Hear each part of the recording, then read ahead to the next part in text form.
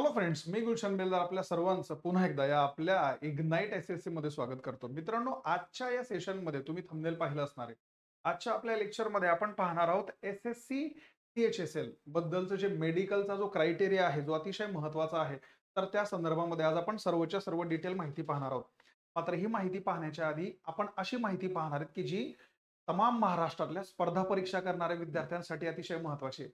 त्या सर्वांसाठी good news अशी आहे, की महाज्योतीच्या जागा निघाल्यात. लक्षात ठेवा, महाज्योतीचं नोटिफिकेशन आलेलं आहे. तुम्हाला माहिती असेल किंवा नसेलही, तर महाराष्ट्र शासन काय करतं, महाराष्ट्रातील तमाम विद्यार्थी जे स्पर्धा परीक्षा करण्याची इच्छा ठेवतात आणि ज्यांची आर्थिक परिस्थिती जी आहे तर ती व्यवस्थित नाहीये, तर त्या सर्वांसाठी प्रशिक्षण राबवतं. लक्षात ठेवा, महाराष्ट्र सरकार, आणि तेही क्लासेसच्या माध्यमांमधून. तो यासाठी याच अनुषंगानं भरपूर सारे लेकरं असे आहेत की ज्यांना या परीक्षांची जी सीईटी आहे, या सर्वांसाठी सीईटी घेतली जाते. मग टार्टी असेल, बार्टी असणार आहे किंवा मग महाज्योती किंवा सारथी असणार, या सर्वच्या सर्व ज्या परीक्षा आहेत यांच्यासाठी सीईटीची एक्झाम कंडक्ट केली जाते. आणि जर तुम्हाला या सीईटीच्या माध्यमांमधून या सीईटी मध्ये चांगला स्कोर कधी आला तर तुम्हाला तिथे अलॉटमेंट वगैरे मिळतं. लक्षात ठेवा. तो सगळ्यात महत्वाचं सांगायचं तात्पर्य जरा समजून घ्या. मग या परीक्षांसाठी भरपूर मुलं अशी की ज्यांना कळतच नाही की सर सीईटी कशी असणार आहे, काय असणार आहे.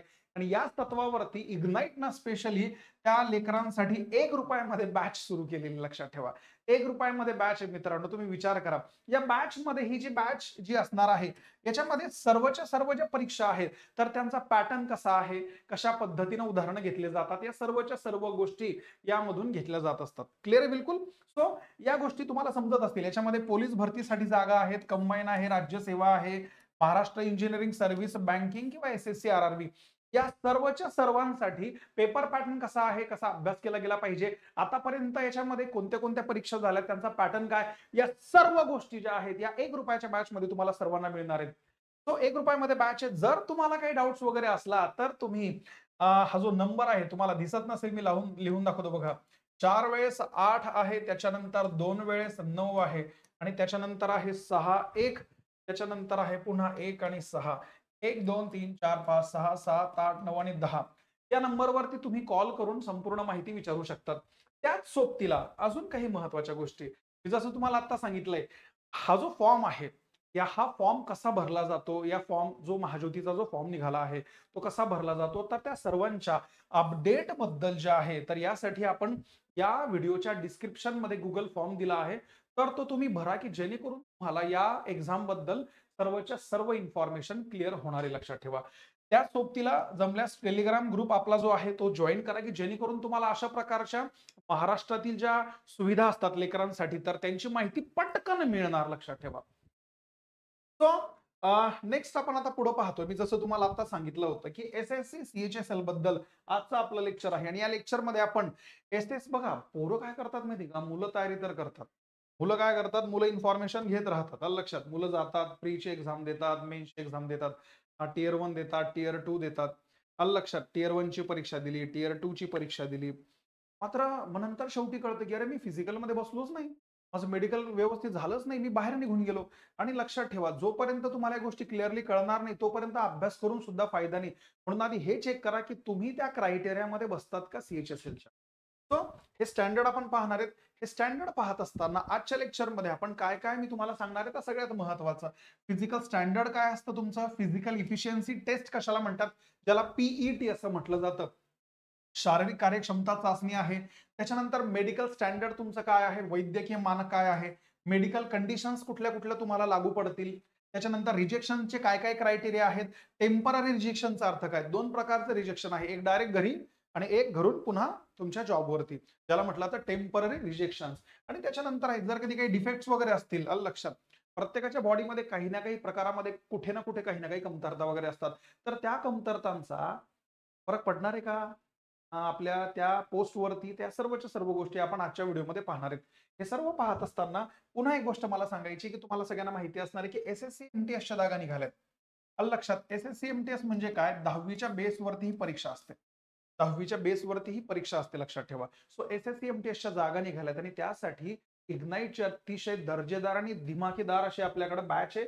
1499 ला बॅच आहे राजानो. किती वेळेस व्हिडिओ पाहू शकता, टेन्शन घेण्याचं काम नाही. स्पेशली रेकॉर्डेड बॅच आहे. रेकॉर्डेड बॅचेसचा फायदा असा आहे की तुम्ही पटकन तुमच्या सोयीनुसार, आलं लक्षात, पटापट तुमच्या सोयीनुसार, तुमच्या वेळेच्या नियोजनानुसार सर्वच्या सर्व अभ्यास तुम्ही करू शकता. लक्षात ठेवा.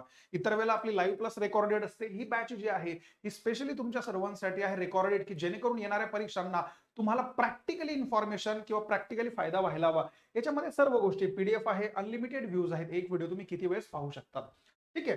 पुन्हा जर काही डाऊट्स असेल तर जो नंबर मी तुम्हाला दिला त्याच्यावरती तुम्ही मला संस्थेला म्हणजे मला याचा अर्थ संस्थेला तुम्ही कॉन्टॅक्ट करून सर्व माहिती घेऊ शकतात. सीजीएलची सुद्धा आपल्याकडे बॅच आहे रेकॉर्डेडची. लक्षात ठेवा जी टियर 1 साठी आहे. सिलेक्शन फेज 13 साठी सुद्धा आपल्याकडे बॅच आहे. लक्षात ठेवा. तो याचा बेनिफिट घ्या, तुम्हाला फायदा होणार आहे. तो आपण आता आपल्या मेन मुद्द्याकडे जाऊया मित्रांनो. आपला मेन मुद्दा कुठला आहे? सगळ्यात पहिलं एसएससी सीएचएसएल वैद्यकीय तपासणीचे महत्वाचे मुद्दे काय काय आहेत. आलं लक्षात. महत्वाचे मुद्दे पहा. सगळ्यात महत्वाचं जी पण तुमची टेस्ट होणार आहे मेडिकल टेस्ट तर त्याची वेळ किती आहे तर वेळ पहा काय. सगळ्यात महत्वाचं टियर 1 आणि टियर 2 परीक्षा उत्तीर्ण झाल्याच्या नंतर जर तुम्ही पास झालात तर तुमच्यावरती मेडिकल देण्याची वेळ येणार नाही तर काही वेळ येणार नाही. त्याच्यानंतर चाचणीचं उद्दिष्ट काय आहे? उमेदवारांची शारीरिक आणि मानसिक तंदुरुस्तीची तपासणी केली जाणार आहे. विचार करा जर तुम्हाला सेंट्रल गव्हर्नमेंट एवढं मोठं पद देणार आहे तर त्या पदावरती रुजू झाल्याच्या नंतर जर तुम्हाला खर्च लागत असेल तर तो खर्च ते उचलणार नाही. त्याच्या आधी त्यांचं म्हणणं आहे की जो कॅन्डिडेट आमच्याकडे सिलेक्ट वगैरे होणार आहे तर तो व्यवस्थित आहे का, शारीरिक दृष्टिकोनातून तो ओके आहे का, या गोष्टी पाहण्यासाठी ही टेस्ट घेतली जाते. या चाचणीची गरज मी तुम्हाला आता सांगितलं आहे वगैरे वगैरे. त्याच्यानंतर याचा निकष काय आहे? आरोग्य चाचणीमध्ये उमेदवारांचे सामान्य आरोग्य, त्याच्यानंतर तुमची दृष्टी, तुमचा रक्तदाब, तुम्हाला मधुमेह आहे का लक्षात, बीपीचा त्रास आहे का, अशा भरपूर साऱ्या गोष्टी तपासल्या जातात. आणि नकारात्मक परिणाम जर उमेदवार सगळ्यात महत्वाचा जर उमेदवार वैद्यकीय चाचणीत अपात्र ठरला तर त्याची डायरेक्ट रवानगी कुठे होणार आहे? घरी. त्याची निवड जी आहे तर ती रद्द होऊ शकते. मग सर निवड रद्द होणार मग तो आम्हाला तुम्ही दुसरा जॉब देणार का? नाही. ते डायरेक्ट घरी पाठवणार. ते म्हणणार तू मेडिकली अनफिट आहे, तुम्ही डायरेक्ट घरी जा. याचा अर्थ आपल्याला पुन्हा मग एक्झाम द्यावी लागणार. लक्षात. म्हणजे त्या क्रायटेरियात तरी तुम्ही बसत नाही. मी म्हणून म्हणतोय की तुम्ही आधी या गोष्टी चेक नसतील केला तर चेक करून घ्या. नेक्स्ट पाहू शकतो आपण फिजिकल स्टँडर्ड काय आहे तर लक्षात. फिजिकल स्टँडर्ड जनरली काय आहे आपण पाहूया. याचा निकष काय आहे? याचा जो निकष आहे हा उमेदवाराचा लिंग मेल किंवा फिमेल आणि त्याच्या श्रेणीनुसार ठरतो. तुम्ही मेल आणि फिमेल साठी वेगळा आहे. त्याच्यानंतर तुम्ही रिझर्व्ह कॅटेगरीमध्ये येतात का ओपन कॅटेगरीमध्ये येतात याचा सुद्धा याच्यावरती इम्पॅक्ट पडतो. लक्षात ठेवा. मग काय काय आहे फिजिकल स्टँडर्ड? याच्यामध्ये उंची चेक करतात, चेस्ट चेक केली जाते, वजन आहे, व्हिजन आहे आणि विशेष आहे तुमचं हिअरिंग. या गोष्टी चेक केल्या जातात. मग उंची जर कधी पाहायला गेलं तर पुरुष वर्गासाठी 170 सेंटीमीटर आणि महिलांसाठी 157 सेंटीमीटरची उंची लागते. त्याच्यानंतर चेस्ट न फुगवता जी चेस्ट आहे इथं लक्षात ठेवा अनएक्सपांडेड न फुगवता 81 असली पाहिजे आणि फुगवून ती किती असली पाहिजे? 85 सेंटीमीटर असली पाहिजे सीएचएसएल साठी. लक्षात. फिमेल साठी तो क्रायटेरिया नाही. वेट पहा किती. वेट किती? Proportionate to the height and age as per the medical standard. तुम्हाला या गोष्टी समजून घ्या की जेवढं तुमचं वय आहे तर त्या वयाच्या प्रमाणामध्ये तुमचं वजन असणं गरजेचं आहे. याचे जे चार्ट्स असतात तर ते बऱ्यापैकी सर्वच्या सर्व ठिकाणी उपलब्ध आहे. तुम्ही एसएससीच्या वेबसाईटला जरी गेलात तरी त्या ठिकाणी त्यांच्या नोटिफिकेशन मध्ये तुम्ही पाहू शकतात की त्याचं मानक किती आहे. ठीक आहे ना. सेम आहे मुलींसाठी सुद्धा विजन. विजन सगळ्यात महत्वाचं. 2 डोळे आहेत, एका डोळ्याला 6/6 लक्षात आणि दुसरं जे आहे तर 6/9 असलं पाहिजे both eyes with or without correction. लक्षात. म्हणजे चष्मा असू द्या की चष्मा नसू द्या, चष्मा असला तरी चालतो. लक्षात. स्पेक्ट असला तरी घाबरायचं कारण नाही. मात्र तुम्हाला क्लिअरिटीनं दिसलं पाहिजे. लक्षात. असं आहे. गुड बायनॅक्युलर विजन याचा अर्थ तुम्हाला त्या दृष्टीने ते दिसलं पाहिजे. चष्मा का लावत नाहीत. इथं सेम आहे. ओके.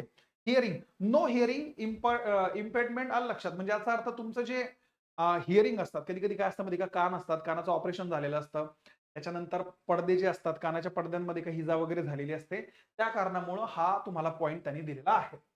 त्याच्यानंतर काय सर? फिजिकल इफिशियन्सी टेस्ट ज्याला म्हटलं जातं पीईटी असं म्हणतात. लक्षात. काय म्हटलं जातं?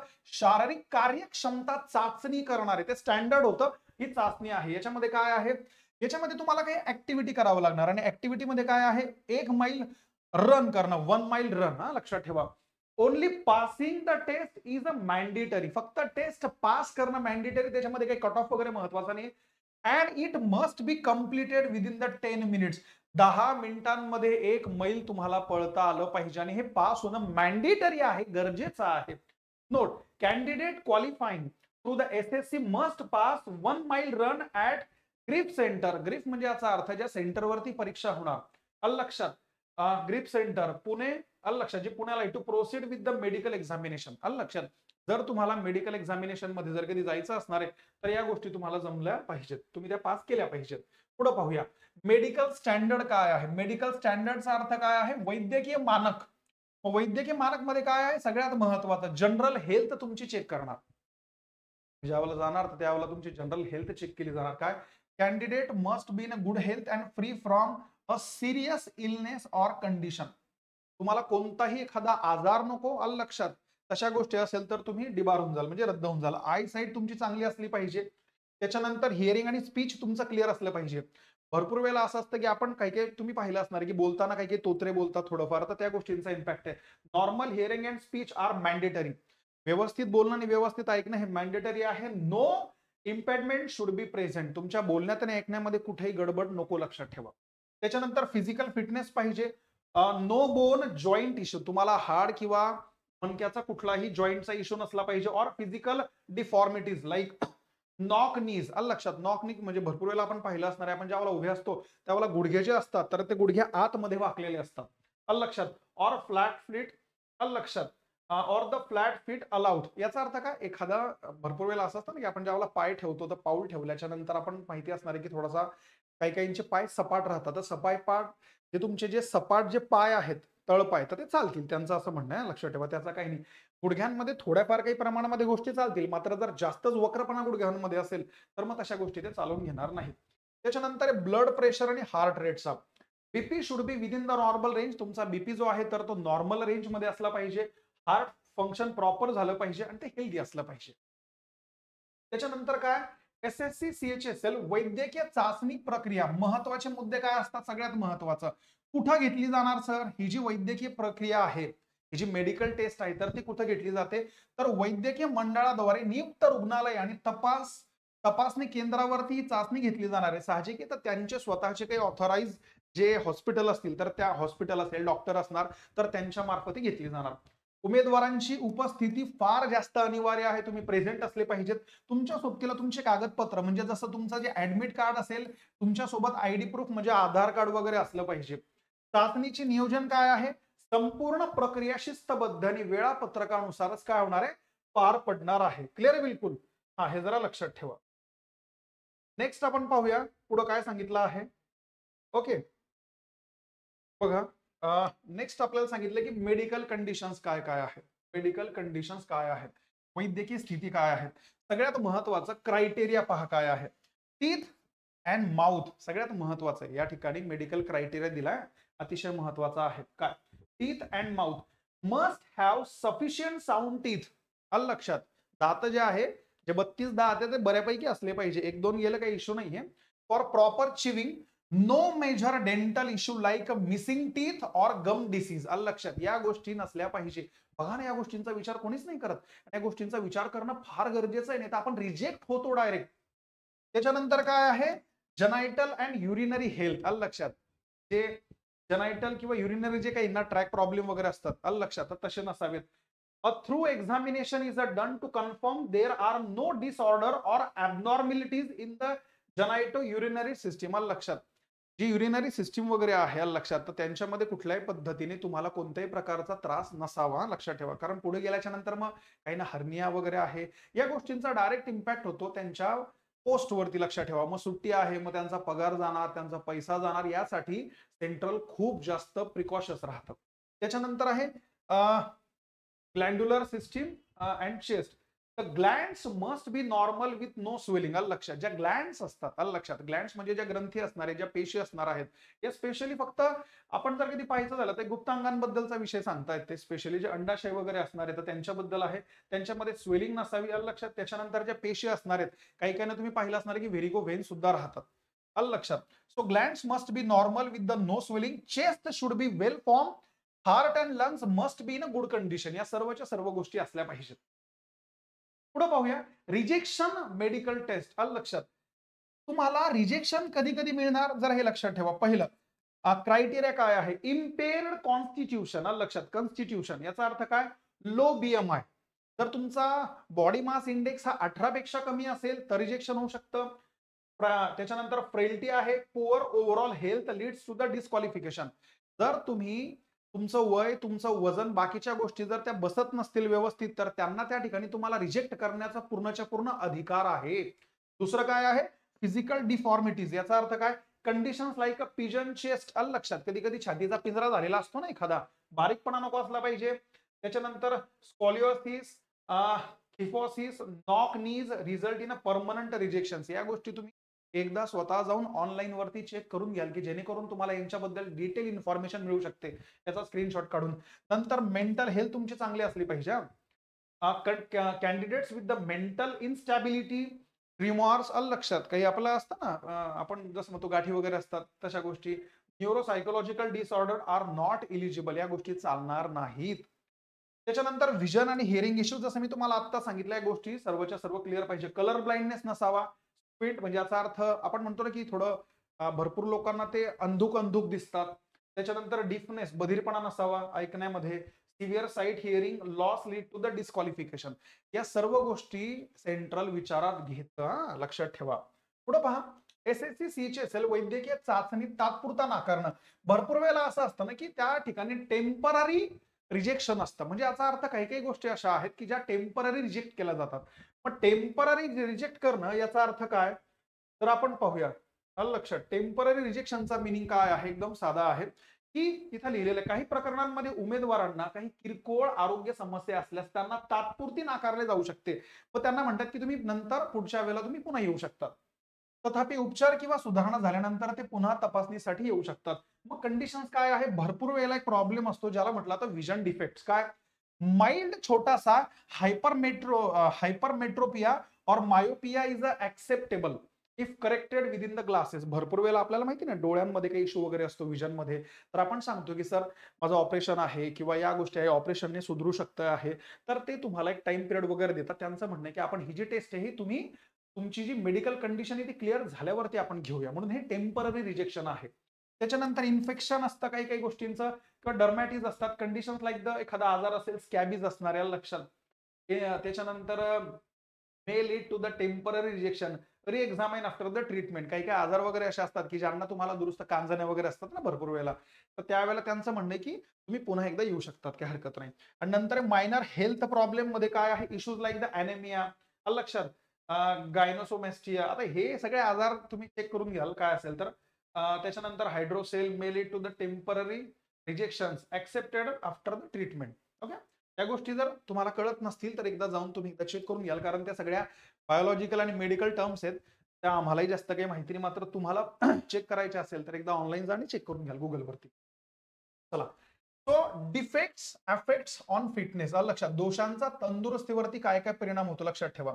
एसएससी सीएचएसएल वैद्यकीय चाचणीतील किरकोळ दोष जे तंदुरुस्तीवर परिणाम करत नाहीत, लक्षात ठेवा. म्हणजे यांचा तुमच्यावरती कोणताही इफेक्ट होणार नाही, त्याच्यामुळे तुम्ही रिलॅक्स राहा. काय? उदाहरणार्थ, सपाट पाय आहे, गुडघे किंवा थोडेफार पाय वाकणे, हळूहळू तुम्ही एखादं आपण म्हणतो ना की थोडंफार काही माइल्ड प्रमाणामध्ये आपण थोडे तोत्रे वगैरे बोलतो, लक्षात, जास्त घाम येतोय समजा. त्याच्यानंतर इथं म्हटलं की व्हेरिकोसेल, याचा अर्थ अंडकोशातील ज्या नसा आहेत तर त्यांना सूज आहे. मणक्यातील किरकोळ वक्रपणा, लक्षात, किंवा छिद्रित कानाच्या पडद्यासारखे बरेच झालेले आजार. एखाद्या कानाला मी तुम्हाला आधीच सांगितलं की कानाच्या पडद्याला इजा झाली असणार आहे आणि जर ते आता दुरुस्त झालं असणार आहे तर त्यांना काही इश्यू नाही. सेंट्रलचं म्हणणं इट्स ओके, काय हरकत नाही. त्याच्यानंतर किरकोळ दोष असलेल्या उमेदवारांनी हे सुनिश्चित करावे की त्यांना झटके, मधुमेह, हे महत्वाचं आहे, झटके, मधुमेह, लक्षात, HIV संसर्ग यासारखे कोणतेही गंभीर आरोग्यविषय आजार नाहीत. या गोष्टीला जरा लक्ष ठेवा. काही काहींना त्रास असतो झटक्यांचा, किंवा काही काहींना शुगर असते, मधुमेह असतो, काही काहींना HIVचा संसर्ग असेल, तर या गोष्टी चालणार नाहीत. जर या गोष्टी असेल तर तुम्ही त्याच जागेवरती रिजेक्ट होऊन जा, लक्षात ठेवा. त्याच्यानंतर काय? अयोग्य उमेदवारांसाठी एसएससी सीएचएसएल वैद्यकीय चाचणी पुनरावलोकन प्रक्रिया.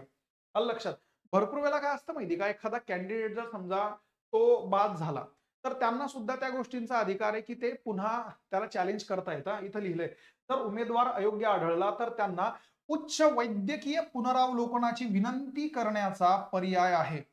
मला जर वाटलं की नाही सर मी हे करेक्ट आहे आणि माझा जर त्या गोष्टींवरती ट्रस्ट नसेल समजा, तर तुम्ही त्या गोष्टींना चॅलेंज करून पुन्हा एकदा री मेडिकल टेस्ट साठी अप्लाय करू शकतात. कायमचे अयोग्य उमेदवारांसाठी 1 महिन्याच्या आत, म्हणजे ज्या वेळेला सेंट्रल तुम्हाला कायमचं बाद करणार, सेंट्रलचं म्हणणं की तू चालणारच नाही, तर तरी सुद्धा ते तुम्हाला टाइम देतात 1 महिन्याचा आणि 1 महिन्याच्या आत पुनर्मूल्यांकनाची विनंती केली जाऊ शकते. तात्पुरत्या अयोग्य उमेदवारांसाठी 3 महिन्यानंतर पुनर्तपासणी. लक्षात ठेवा, तात्पुरते. जे तात्पुरते रिजेक्शन आहे, की सरकारला या गोष्टी कळतात सेंटरला, की 2-3 महिन्यांमध्ये हा आजार दुरुस्त होण्यासारखा आहे, तर 3 महिन्यांचा कालावधी दिलेला आहे. उमेदवाराच्या आरोग्य स्थितीची सर्व पैलूंचा आढावा घेतल्यानंतर वैद्यकीय तंदुरुस्तीबाबत अंतिम निर्णय वैद्यकीय मंडळ घेणार. तरी सुद्धा आपल्या हातात काही नाही, ते त्यांच्या हातामध्ये आहे. आणि या गोष्टी मॅन्डेटरी आहेत, महत्वाच्या आहेत. लोक किंवा विद्यार्थी यांच्याकडे व्यवस्थित लक्ष देत नाहीत. ठीक आहे. सो अशा पद्धतीने मी तुम्हाला सर्वच्या सर्व गोष्टी समजावून सांगितल्या. तरी तुम्हाला काही डाऊट्स असेल तर कमेंट बॉक्समध्ये मला तुम्ही सांगू शकतात. आणि नेहमीप्रमाणे जर तुम्ही स्वतः किंवा तुमच्या घरातील एखादा कोणताही सदस्य असेल की ज्यांना स्पर्धा परीक्षांच्या मार्फत सरकारी नोकरी हवी असेल, आलं लक्षात, किंवा कॉलेजमध्ये एखादी चांगली सीईटीची एक्झाम जर तुम्हाला चांगलं कॉलेज वगैरे हवे असणारे, स्पर्धा परीक्षा जिथे तिथे इग्नाइट लक्षात ठेवा. तो आपल्या स्वतःच्या खूप साऱ्या ब्रांचेस आहेत, लक्षात ठेवा. एमपीएससी युपीएससी असेल, टीईटी टेट असणारे, यांच्यामध्ये ऑलरेडी आपण झेंडे गाडलेले आहेत, लक्षात ठेवा. लक्षात असं आहे. सरळ सेवा आहे, तुम्हाला माहिती आहे. डब्ल्यूआरडी पोलीस भरती असेल, तलाठी असणारे, एसएससी आहेत समजा. याच्या सोबतीला एमबीएच्या सुद्धा एक्झाम्स आपण आता कंडक्ट करतो. क्लॅट असणारे, लक्षात, लॉच्या एक्झाम असतील, ज्यांना लॉ सीईटी द्यायची आहे, एमएस लॉ सीईटी माहिती, कोणाला तरी वकील वगैरे व्हायचं असतं, कोणाला एमबीए करायचं असणारे, तो बँकिंग आहे, नवोदय आहे, लॉ एक्झाम्स आहे, अशा सर्वच्या सर्व गोष्टी आपल्या स्वतःच्या हक्काच्या प्लॅटफॉर्मवरती उपलब्ध आहेत. त्याच्यामुळे तुम्हाला कुठे जाण्याची गरज नाही. सो हा व्हिडिओ जर तुम्हाला आवडला असणार आहे तर लाईकचं बटन नक्की हिट करा. जर माझ्याकडून काही राहून गेलं असणार आहे, सुटून गेलं असणार आहे, आलं लक्षात, तर चांगल्या तत्वावरती तुम्ही कमेंट बॉक्समध्ये मला तुम्ही सांगू शकतात की सर या गोष्टी राहिल्यात किंवा या गोष्टी बदल असा असा आहे. सो अशाच व्हिडिओ घेऊन पुन्हा एकदा मी मित्रांनो भेटत राहील. सो आत्ता पुरता निरोप घेतो. चला, थँक्यू.